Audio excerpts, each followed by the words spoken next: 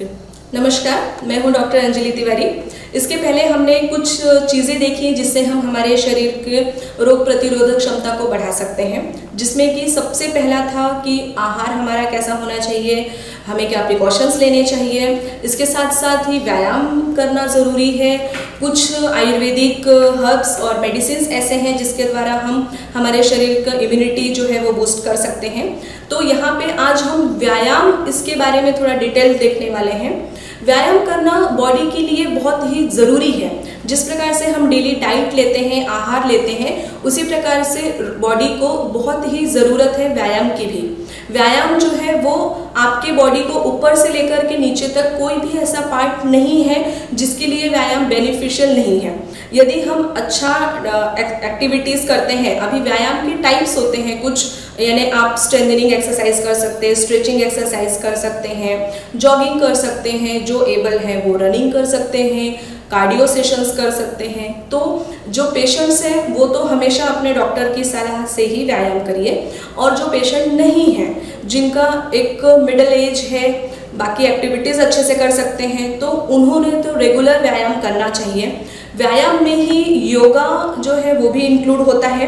अभी हम देख रहे हैं कि कोरोना का जिस प्रकार से स्प्रेडअप शुरू है, इसमें लंग्स सबसे ज़्यादा अफेक्ट होने वाले ऑर्गन्स हैं, और इसमें लंग को हमें यदि स्ट्रॉन्ग रखना है तो कुछ डीप ब्रीदिंग एक्सरसाइज, प्राणायाम, अनुलोम विलोम, ओमकार, ऐसे एक्सरसाइज हमें ज़रूर करना चाहिए।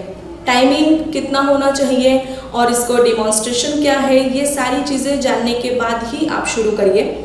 व्यायाम करने से हमारे हार्ट का सर्कुलेशन जो है वो इम्प्रूव होता है। व्यायाम करने से नींद अच्छी आती है। व्यायाम करने से डाइजेशन बहुत अच्छा होता है। शरीर में बढ़ा हुआ जो कोलेस्ट्रॉल है, चर्बी है, वो कम होता है। इवन जो हार्ट के पेशेंट्स होते हैं जिनमें ब्लॉकेजेस हम हमेशा सुनते हैं, तो ब्लॉकेजेस भी इवन कम होने के लिए हेल्प होता है।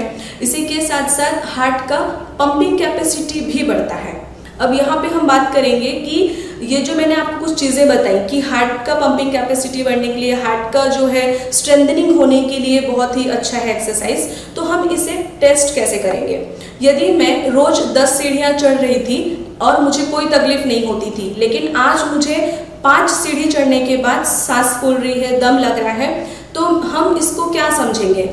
पहली चीज़ है कि हमारे लंग्स पे प्रॉब्लम हो रहा है या फिर हमारे हार्ट पे प्रॉब्लम हो रहा है। तो इस कंफ्यूजन में रहने से अच्छा है कि हम एक प्रॉपर चेकअप करवाएं, और जो भी चीज़ें हैं उसके अकॉर्डिंगली हमें फिर आगे ट्रीटमेंट लेना चाहिए। इसके लिए माधवबाग हॉस्पिटल कोंडाली में हमने VO2 मैक्स नाम की जो टेस्ट है वो स्टार्ट की है। हर एक पेशेंट का हम VO2 मैक्स चेक कर सकते हैं। VO2 मैक्स का मतलब होता है कि जिस समय आप चल रहे हैं या भाग रहे हैं, उस समय आपके बॉडी में टोटल ऑक्सीजन जो है वो कितना कंज्यूम हो रहा है, आपके लंग्स प्रॉपर अच्छे से काम कर रहे हैं या नहीं, हार्ट काम कर रहा है या नहीं। अगर VO2 मैक्स हमारा 35 ml से कम आता है तो यहाँ बहुत ज़रूरत है हमें हमारे हार्ट और लंग्स की तरफ ध्यान देने की। मैं आप सभी से रिक्वेस्ट करूँगी कि कोरोना के इस इतने डरे हुए माहौल में कम से कम आप एक बार आपका VO2 मैक्स ज़रूर चेक करवाइए। हमारे लंग्स और हार्ट ये स्ट्रॉन्ग है कि नहीं, ये हमें तभी पता चलेगा। अगर हमारा VO2 मैक्स 35 है तो वेल एंड गुड, बहुत अच्छा है। अगर कम आता है तो हमें उसे कैसे बढ़ाना चाहिए, आगे क्या स्टेप्स लेना है, इसके लिए हम आपकी सहायता ज़रूर करेंगे। धन्यवाद।